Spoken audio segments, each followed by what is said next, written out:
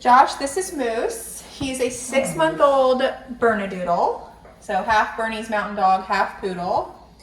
He was signed up before the family even brought him home. As soon as she made the deposit at the breeder, she emailed us. Yep. So he's in a family with small kids. She really wants the kids to be able to at least walk him and be around him without being pulled or knocked over. She wants him to be calm and polite, especially in public places. They'd like to be able to bring him places. He's getting a little more pushy with the food on the counters, very vocal. They have not been able to get him in a crate yet. They tried, and I think they lasted a couple nights and gave in to the barking. Gets car sick. That's one thing they also want to work on. Because they want to bring him places, they want him to be able to be calm in the car. And in general, just, a nice companion dog for the family. I understand that. Well, we're going to get started like we do with every dog, with the recall. I think it's a nice place to start because it starts to get us that nice recall that we need on a daily basis, but it also is going to get our relationships off on the right foot. So we're going to start with the tone recall and see how he responds to that. Okay, so I'll just, it's nice and comfy here, but I'm just going to give him a tone and then turn on light stim and encourage him to come to me. Come. Hey, good boy, Moose. Good. Run around me, we start it again. Good. Don't walk between the legs. Come on, buddy. That's perfect. That's the one. You see, we stopped when we got the right one. Good. That's a good boy.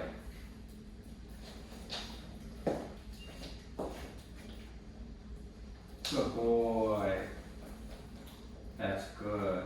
That's good. Very nice. Very good.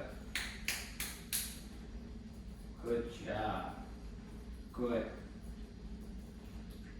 Very nice. Recall is super important.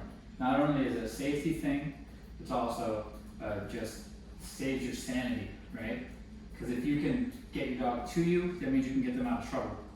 And that's going to be very useful. And it's very convenient too. And it also will allow him to have a better life because now we can allow him to go off leash because we know when we recall him, he's going to come back to us.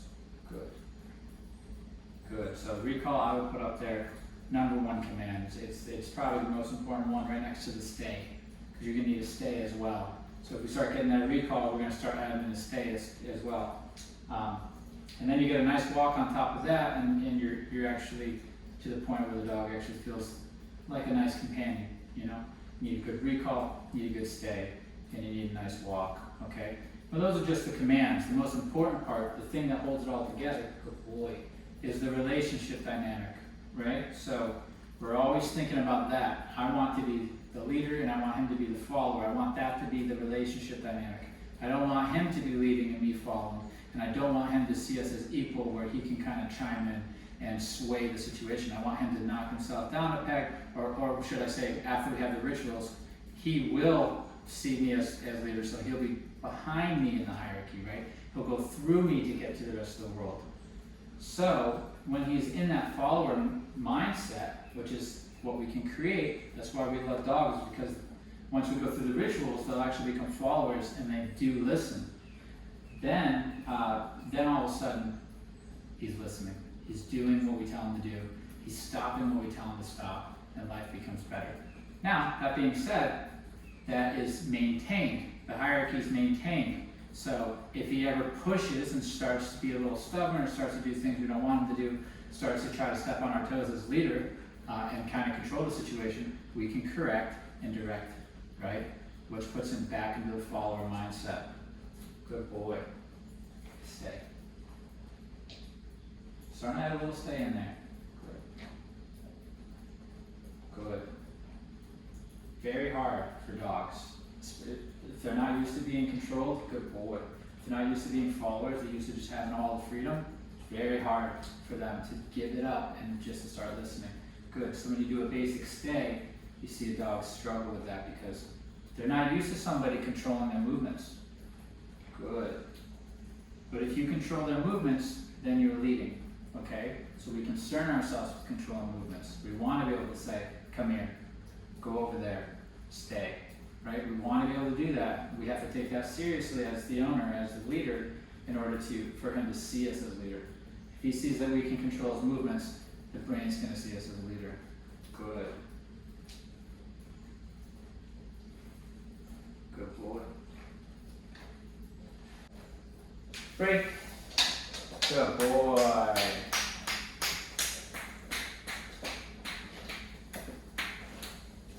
Good boy. Boy, stay.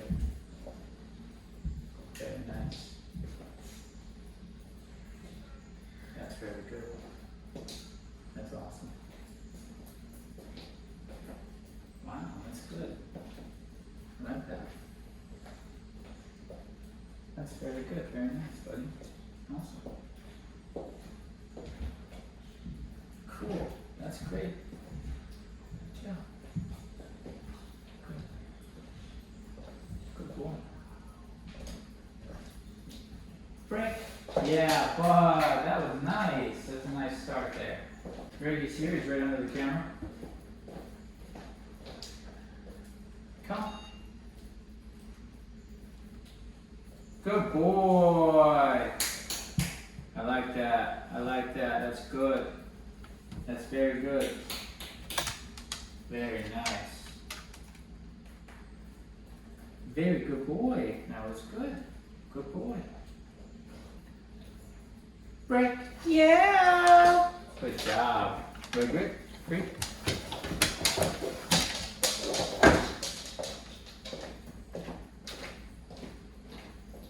Okay.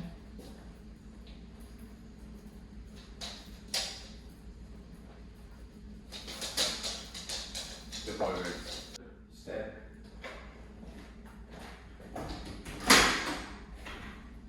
Break. Good boy. Break free.